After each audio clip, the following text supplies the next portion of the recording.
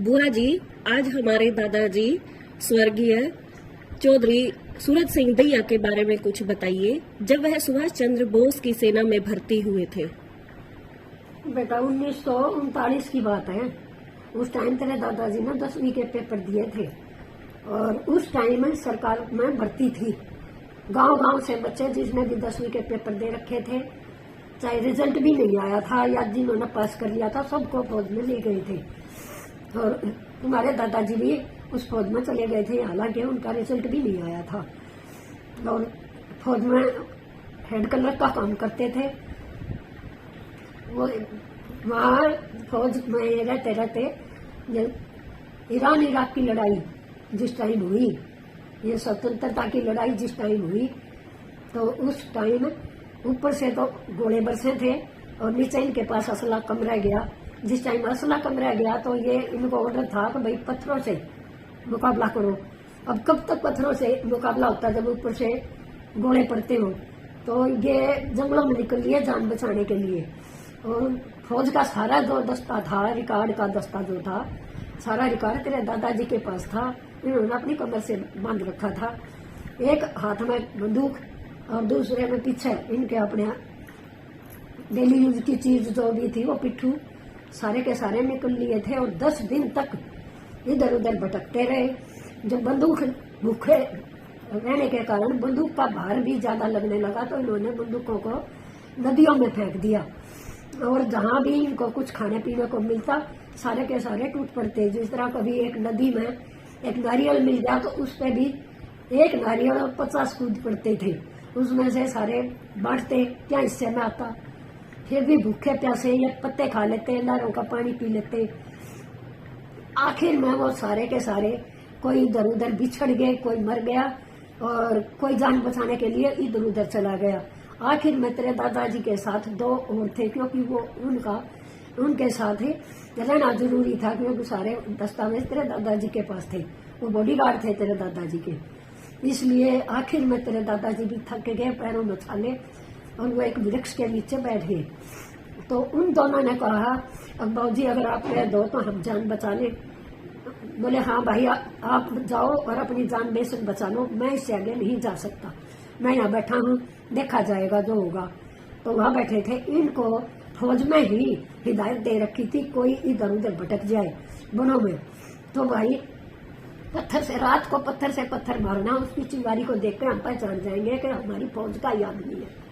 इसलिए जिन्होंने रात को पत्थर से पत्थर मारा, 2-4 बार मारा, तो ड्राइवर कहीं लाइन में गाड़ी लगा रखी थी, वहां से ड्राइवर ने देख लिया कोई हमारी फौज का आदमी है तो पत्थर से पत्थर मार रहा है। फिर वो गया, उसने जाके दूर से कोड बोला। फिर तुम्हारे दादाजी ने कोड बोला तो वो समझ गया कि हमारा अपना आदमी है। वो जाकर पास जाके देखा, फिर सलाम किया, वो जय सलूट मारा और फिर उनको कंधे पर लेकर और गाड़ी तक, जीप तक लाया और पीछे उसने गाड़ी में पीछे लगा दिया। तेरे दादाजी ने कहा, भाई भूखे हैं और भी भाई हैं इधर उधर भटक रहे होंगे, उनको भी ले आना, पर कुछ मेरे को पहले खिला पिला दो। तो ड्राइवर ने कहा, आप चुप रहो, बिल्कुल किसी को खबर नहीं होनी चाहिए कि इसका गाड़ी में आदमी है। इसलिए कुछ चाय, कुछ खाने पीने को वो देकर ड्राइवर और उनको फौजियों को ढूंढने निकल गया और तेरे दादाजी तो गाड़ी में सोए रहे। इस तरह उसने 7-8 बंदे ढूंढ लिए, फौज के ही थे वो, इधर उधर भटके हुए थे। उठा के लाकर जीप में इकट्ठे कर लिए और फिर जीप को लेके वो निकला वहां से। जैसे ही फाटक पर रोका गया तो पूछा गया, भाई गाड़ी कहाँ जा रही है। वो उसने, ड्राइवर ने जवाब दिया कि सब्जी लेने। ऐसा कहने के बाद उन्हें बाहर निकाल दिया गया और वो ले जाकर इन बंदों को दूर कहीं पहाड़ी के उसमें, पहाड़ी एरिया में बीच में छोड़ आया। इनको उतार के वापिस गाड़ी में पत्थर रोड़े भरवा के और बता कर, मैं सब्जी ले आया हूँ, जाकर वापिस गाड़ी वहीं लगा दी। और दूसरी भी गाड़ियां इसी तरह निकली हुई थी। बहुत सारे फौजी उन्होंने ढूंढ ढूंढ के निकाले, जो लाकर वहां उसी पहाड़ी के पीछे छोड़ दिए, क्योंकि सुभाष चंद्र बोस ने बता रखा था अगर कहीं फंस जाओ तो इस पहाड़ी के यहाँ ले आना। तो ये वहां थे। इतने में सुभाष चंद्र बोस जी भी वहाँ पहाड़ी पर खड़े थे। उन्होंने आकर इनको भाषण देना शुरू किया। फिर कहा, भाई जहाज घूम रहा है, गोला पड़ेगा हर हालत में, ऐसा करो मोर्चे खोद लो। सबने मोर्चे खोदे, सब मोर्चों में घुस गए। परंतु जो इनका कुक था, खाना बनाने वाला, वो इनके लिए खाना बनाने लगा, क्योंकि सब भूखे थे। खाना बनी इतनी देर में तो उधर सुभाष चंद्र बोस जी को भी उन्होंने बोला सारों ने कि भाई आप मोर्चे में आ जाओ। बोले कि नहीं, मेरा कुछ नहीं बिगड़ता, तुम घुसे रहो, बात सुनते रहो जैसा मैं कह रहा हूँ। और वो कुक नहीं उठा और गोला आके वहीं गिरा और वो कुक तो बेचारा मारा गया। तीसरे दिन बाहर निकल कर देखा तो वो तो वृक्ष पे उसकी अंतरियां टंगी हुई थी।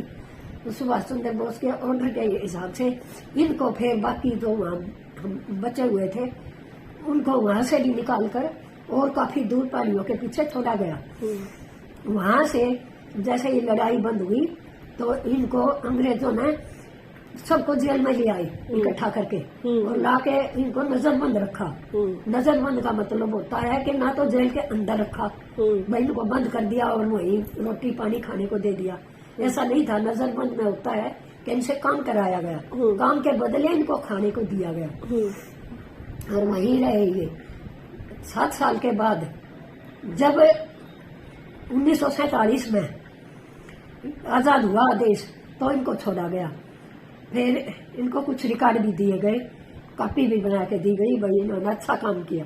और पहले भी फौज में इन्होंने खूब मेहनत की, सारा वो लेकर फिर ये अपने घर आए। यहाँ आने के बाद भी तेरे दादाजी तो रोहतक जाट कॉलेज में हेड क्लर्क की पोस्ट पे ही सर्विस करने लगे। वहाँ कुछ साल रहे। वहाँ से सर छोटू राम और ये यहाँ से टीकाराम सोनीपत से ये जाके और तेरे दादाजी को रोहतक से कॉलेज वालों से मांग ले आए। इन्होंने कहा कि इस लड़के की हमें जरूरत है, हमें सोनीपत में भी जाट कॉलेज बनाना है, इसलिए ये लड़का मेहनती है, ये हमें चाहिए, ये हमारी इच्छा अनुसार काम करेगा। ले आए तो तेरे दादाजी सर छोटू राम जी साथ में कभी टीकाराम जी होते थे, कभी नहीं भी होते थे, पर इन्होंने रात को कोलुओं में जा जाकर चंदा मांगा, गांव गांव फिरते रहे। कई कई दिन में घर में घुसते थे, कपड़े नहीं बदल पाते थे, कपड़ों में जूर तक की हो जाती कोलुओं में, क्यों सब तरह के आदमी होते हैं। पर इन्होंने इतनी मेहनत की कि यहाँ भी जाट कॉलेज बन गया और यहाँ बनने के बाद इनको हेड क्लर्क की ही पोस्ट पे रखा गया। यहाँ सारा रिकॉर्ड उनका अच्छा था। सन 1967 में 29 मई 1967 में तुम्हारे दादाजी हार्ट फेल के कारण एक्सपायर हो गए। उसके बाद हम तो ये देखो अनाथ ही हो गए, क्योंकि तुम्हारी दादी अनपढ़ थी और उनको छोटी उम्र में ऐसा शौक लगा कि वो मैड भी हो गई। और हम 7 बहन भाई थे। सबसे बड़ी मैं थी जो कि मैं 8वीं क्लास में थी, 13 साल। जो छोटे बहन भाइयों को भी संभाला। हाँ, बस इतना था कि हम यहाँ मेरे दादाजी ने हमारे लिए घर बना रखा था जो 1958 में बनाया था। उस घर में हम रहते थे, पीछे हम पशु भी रखते थे, पीछे पशुओं का भी बना रखा था। घर का दूध लस्सी हो जाता था और अनाज गांव से आ जाता था। भगवान की कृपा से हमारे यहाँ जमीन जायदाद अच्छी थी, परंतु हम बच्चे थे, हमें क्या पता। हमारे को तो ताऊजी गेहूं ही दे के जाते थे। सर्दी के मौसम में गुड़ शक्कर दे जाते थे, बाजरा दे जाते थे, उसी से हमारा गुजर बसर होता था। और घर में हमने कुछ कमरे किराए पर उठवा रखे थे, उससे हमारी फीस और ड्रेस वगैरह बन जाती थी। हम सारे साथ के साथ बहन भाई पढ़े, अच्छे तरह पढ़े, जिसमें से हमारी सबसे बड़ी मैं हूँ, सबसे बड़ी बहन मैं हूँ जिसने बीए करके डीपीएड की कुरुक्षेत्र यूनिवर्सिटी से और सर्विस भी की और अपने बहन भाइयों को भी संभाला सारे। और मेरे से छोटी जो बहन थी, भाई था, वो ग्रेजुएट था और उसने इसमें बिजली बोर्ड में काम किया। वो भी अपने पिताजी की तरह मेहनती था, खूब मेहनत से काम किया, जेई पोस्ट पे था। और 2010 में तेरे पिताजी की भी डेथ होगी। और ये जो छोटी, उससे छोटी जो बहन थी वो शादीशुदा थी, तो वो भी ये कर रही थी बीएससी होम साइंस। उस टाइम उसकी बीच में डेथ हो गई थी। और उससे छोटी डॉक्टर बनी, उससे छोटी टीचर बनी। और उससे छोटा जो भाई था, वो सबसे छोटा जो भाई था वो तेरे दादाजी एक्सपायर हुए उस टाइम सारा 1.5 साल का था। वो लास्ट में बीए करने के बाद अपना बिजनेस देखने अपना लगा। बिजनेस उसने शुरू कर दिया और भगवान की कृपा से हम सारे साथ के साथ बहन भाई कामयाब रहे, अपनी जिंदगी अच्छे से सफल की।